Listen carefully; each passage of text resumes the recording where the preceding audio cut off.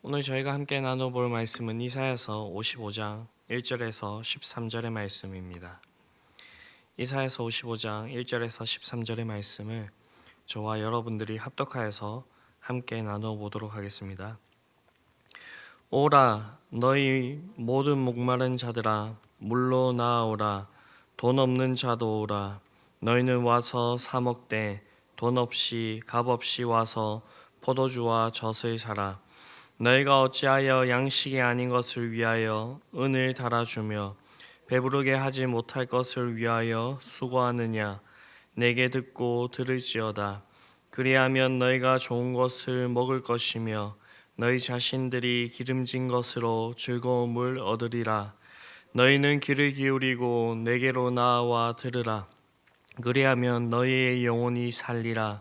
내가 너희를 위하여 영원한 언약을 맺으리니 곧 다윗에게 허락한 확실한 은혜니라. 보라, 내가 그를 만민에게 증인으로 세웠고 만민의 인도자와 명령자로 삼았나니 보라, 내가 알지 못하는 나라를 내가 부를 것이며 너를 알지 못하는 나라가 내게로 달려올 것은 여호와 내 하나님 곧 이스라엘의 거룩하신 이로 말미암음이니라. 이는 그가 너를 영화롭게 하였느니라. 너희는 여호와를 만날 만할 때에 찾으라. 가까이 계실 때에 그를 부르라. 악인은 그의 길을, 불의한 자는 그의 생각을 버리고 여호와께로 돌아오라. 그리하면 그가 긍휼히 여기시리라. 우리 하나님께로 돌아오라. 그가 너그럽게 용서하시리라. 이는 내 생각이 너희의 생각과 다르며 내 길은 너희의 길과 다름이니라. 여호와의 말씀이니라. 이는 하늘이 땅보다 높음 같이 내 길은 너희의 길보다 높으며 내 생각은 너희의 생각보다 높음이니라. 이는 비와 눈이 하늘로부터 내려서 그리로 되돌아가지 아니하고 땅을 적셔서 소출이 나게 하며 싹이 나게 하여 파종하는 자에게는 종자를 주며 먹는 자에게는 양식을 줌과 같이 내 입에서 나가는 말도 이와 같이 헛되이 내게로 되돌아오지 아니하고 나의 기뻐하는 뜻을 이루며 내가 보낸 일에 형통함이니라. 너희는 기쁨으로 나아가며 평안히 인도함을 받을 것이요 산들과 언덕들이 너희 앞에서 노래를 바라고 들의 모든 나무가 손뼉을 칠 것이며 잣나무는 가시나무를 대신하여 나며 화석류는 찔레를 대신하여 날 것이라. 이것이 여호와의 기념이 되며 영영한 표징이 되어 끊어지지 아니하리라. 아멘. 네, 어제 본문부터 오늘의 본문에 이르기까지 여호와의 고난받는 종을 통하여서 이루어진 그 사역의 결과, 하나님께서는 이 이스라엘 백성들을 회복시키시며 다시 자신의 영원한 백성을 삼으실 것에 대하여서 말씀하고 있습니다. 오늘 본문 1절을 보게 되면 하나님께서는 만민을 향하여 값없이 주시는 구원으로 초청하는 그 말씀이 나오고 있습니다. 여기서 너희 모든 목마른 자들아 라고 이렇게 말씀하고 있는데, 이것은 영적인 갈증을 느끼는 자들, 즉 구원을 그렇게 열망하는 모든 사람들을 가리키는 것입니다. 그리고 물은 당연히 사람들의 영적인 갈증을 해소시켜 줄 수 있는 그 구원을 이야기하는 것입니다. 사람은 누구나 구원에 대한 갈망을 가지고 있습니다. 하나님께서는 이처럼 구원을 얻기 원하는 모든 사람들을 향하여 구원의 초청장을 보내고 계시는 것입니다. 그런데 여기 구원의 초청장에 적힌 그 말씀을 보게 되면 돈 없는 자도 오라. 너희는 와서 먹되 돈 없이 값 없이 와서 포도주와 젖을 사라 라고 그렇게 말씀하고 있습니다. 우리가 세상의 기준으로 보았을 때 돈이 없으면 할 수 없는 일들이 참으로 많이 있습니다. 특히 요즘과 같이 물질 만능주의가 팽배한 시대를 살아가는 우리들은 하고 싶은 일이 있거나 사고 싶은 것이 있으려고 하면 반드시 돈이 있어야 합니다. 돈이 많으면 많을수록 자기가 원하는 것을 많이 가질 수 있고요. 하고 싶은 일들을 더 많이 할 수가 있습니다. 그래서 사람들은 이 돈을 신과 같이 섬기고 돈을 악착같이 벌며 돈을 많이 소유하려고 합니다. 그런데 하나님께서 이 구원의 길에 대해서 제시해 주실 때에 말씀하시는 것이 무엇입니까? 돈을 지불할 필요도 없이 그것을 거저 사가라라고 그렇게 말씀하고 있습니다. 앞서 얘기했듯이 세상은 그러한 기준을 가지고 있고 그렇게 사람들은 돈으로 무엇인가의 가치를 판단하려고 하는 그런 경향들이 아주 큽니다. 어떤 것이 비싸면 그것이 가치 있는 것으로 여긴다라는 것입니다. 그러한 기준에 따르면 구원은 참으로 가치가 없어 보입니다. 왜냐하면 하나님께서 이 구원을 값없이 사라고 그렇게 주문하고 있기 때문입니다.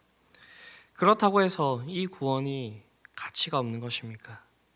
그렇지 않습니다. 이 구원을 얻은 자들은 그 어느 누구도 구원을 가치 없는 것이라 그렇게 여기지 않습니다.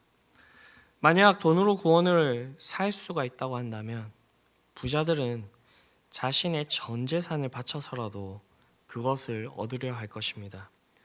마치 밭에 감추어진 보화를 발견한 사람이 집으로 돌아와서 자신의 전 재산을 팔아서 그 밭을 산 것과 같이 그 가치는 감히 우리가 가늠할 수 없는 것입니다.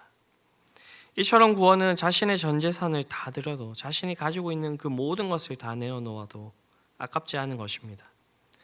그럼에도 불구하고 하나님은 이 구원을 값없이 사라라고 그렇게 말씀하고 계시는 것입니다.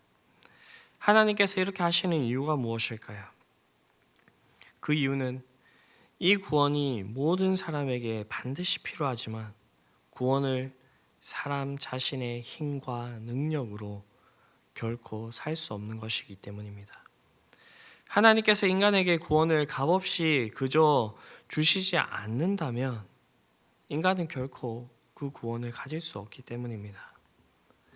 하나님은 세상을 너무나도 사랑하셨기 때문에 자신들의 힘과 능력으로는 구원을 얻을 수 없는 그 사람들에게 은혜로 값없이 구원을 거저 주시기로 하신 것입니다.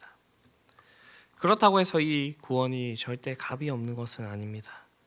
그것은 하나님께서 우리에게 이 구원을 주시기 위하여서 어떠한 대가를 치르셨는지를 알면 더욱더 그 값어치가 분명해지는 것입니다. 이것은 우리가 아는 바, 우리가 믿는 바, 하나님께서 우리에게 이러한 구원을 주시기 위하여서 자신의 독생하신 아들 예수 그리스도를 희생해 주셨습니다. 곧 그를 성육신하게 하셨고 세상에 보내셔서 무수한 고난과 괴로움을 겪게 하셨으며 결국 십자가에 죽임을 당하도록 하신 것입니다.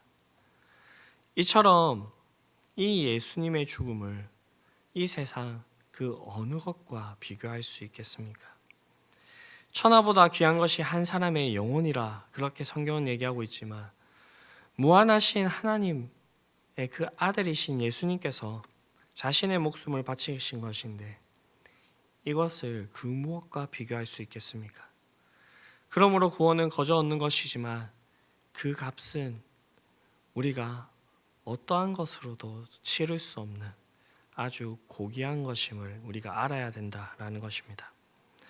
아울러 우리가 알아야 될 것은 이 구원이 반드시 사야만 얻어지는 것임을 우리가 알아야 합니다. 하나님께서 오늘 본문에서 분명히 와서 사라라고 말씀하고 있습니다. 그렇다면 우리는 이 구원을 무엇으로 사야 되는 것일까요? 우리가 성경을 살펴보게 되면 이 구원은 바로 그리스도 예수에 대한 믿음입니다. 구원이 아무리 거저 얻는 것이라 하여도 믿음이 없이는 우리는 구원을 얻지 못하는 것입니다. 하나님께서 오늘 본문에서 와서 사라라고 하셨던 것처럼 우리는 믿음으로 이 구원을 그저 값없는 은혜로서 그렇게 사게 되는 것입니다. 이것은 때가 있습니다. 오늘 본문에서 구원을 받을 때가 있다. 그렇게 말씀하고 있는 것처럼 이 세상 가운데 우리가 살아가는 동안에 우리는 이 믿음을 가져야 되고요. 그리고 우리가 이 믿음을 가지기 위하여서 하나님의 말씀을 들어야 됩니다. 나에게 와서 들으라 라고 하셨던 그 말씀처럼 하나님의 말씀을 들음으로써 우리에게 믿음이 생기게 되고요. 우리는 이 믿음으로 하나님께서 주시는 그 은혜, 그 구원을 얻게 된다라는 것입니다. 이것은 세상 사람들이 이해할 수 없는 그런 일입니다. 그래서 하나님께서는 이 영원한 언약을 세우시고 그 언약에 대한 확실한 보증을 해주십니다. 3절 후반부를 보게 되면 하나님께 나와서 듣는 영혼은 죽지 아니하고 영원히 살게 된다라고 그렇게 얘기를 하면서 그 이유를 말씀하고 계시는데, 여기에 보면 하나님은 자신에게 나오는 자들에게 영원한 언약을 세우겠다라고 말씀하고 있습니다. 그리고 이 언약은 다윗에게 허락한 확실한 은혜라고 그렇게 말씀하고 있습니다. 성경을 보게 되면 하나님과 그 백성과의 관계는 언약으로 맺어진 관계라고 그렇게 말할 수가 있습니다.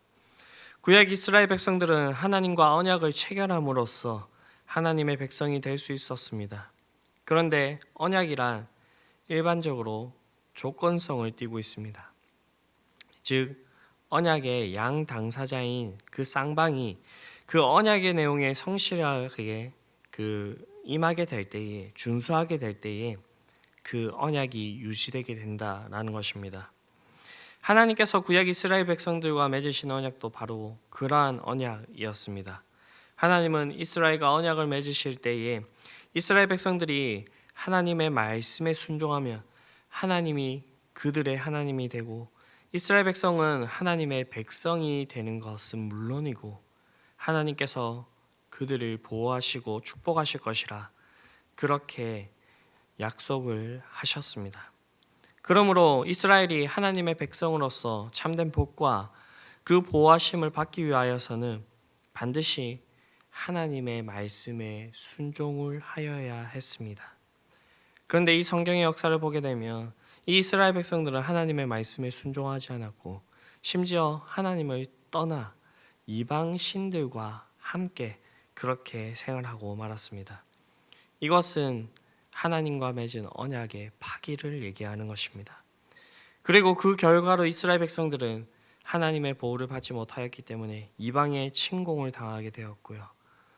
그 나라를, 하나님께서 기업으로 주신 그 땅을 빼앗기게 되었습니다.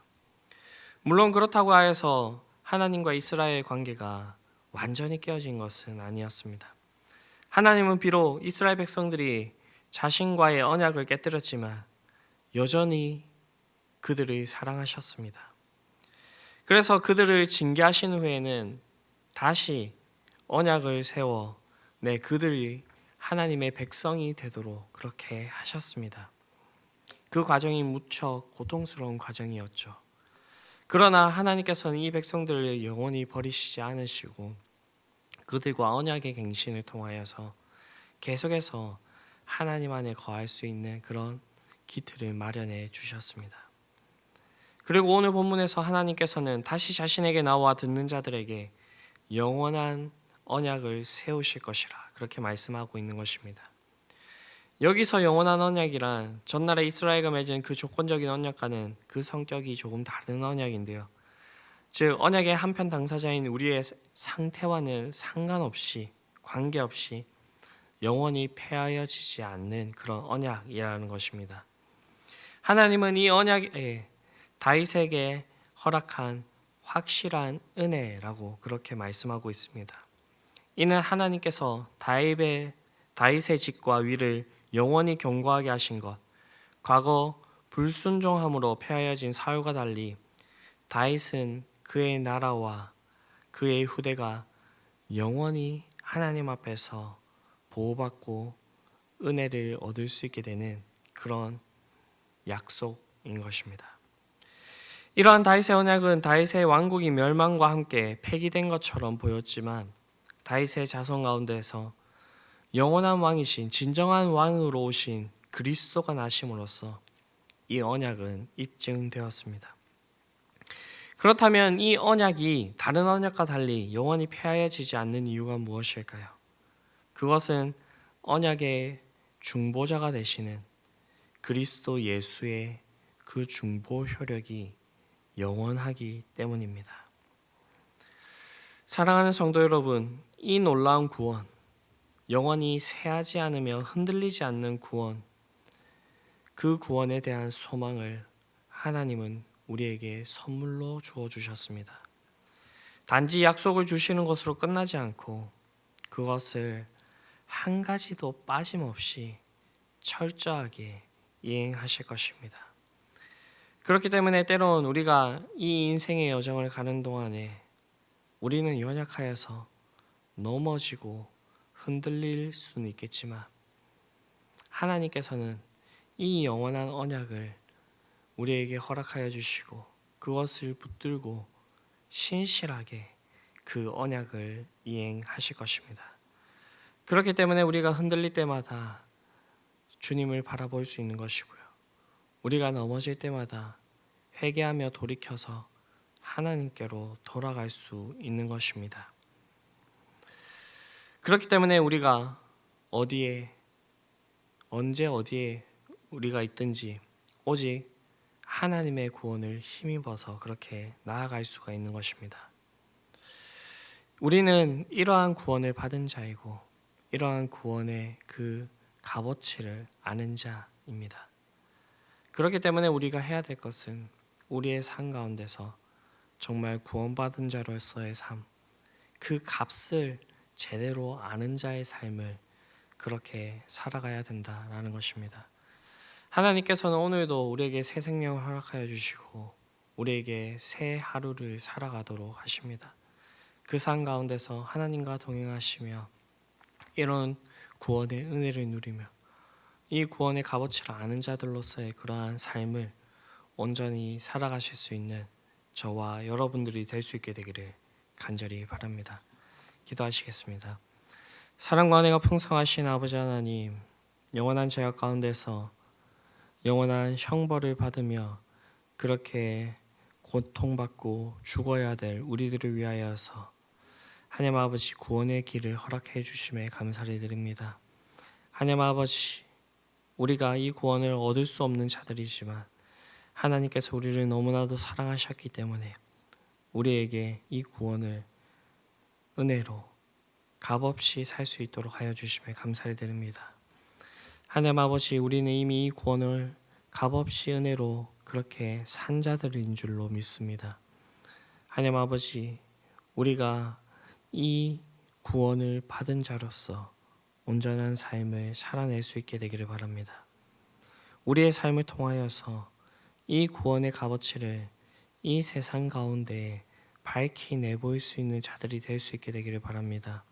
비록 우리는 연약하여서 넘어지겠지만 하나님 아버지, 우리가 하나님의 그 영원하신 언약을 붙들고 주님께 돌이키며 나아갈 때 주님께서 우리를 다시 세워주시며 우리를 통하여서 이 놀라운 일들이 세계 그 모든 만민들에게 밝히 보여지고 나아갈 수 있도록 주님께서 우리를 붙들어 주시고 함께하여 주시옵소서. 특별히 우리에게 오늘을 허락하여 주셨는데 오늘 가운데 주님과 온전히 동행하며 이러한 삶들을 살아낼 수 있게 되기를 원하오니 주님, 우리와 함께하여 주시옵소서. 이 모든 말씀 우리를 구원하신 예수 그리스도의 이름으로 기도드립니다. 아멘.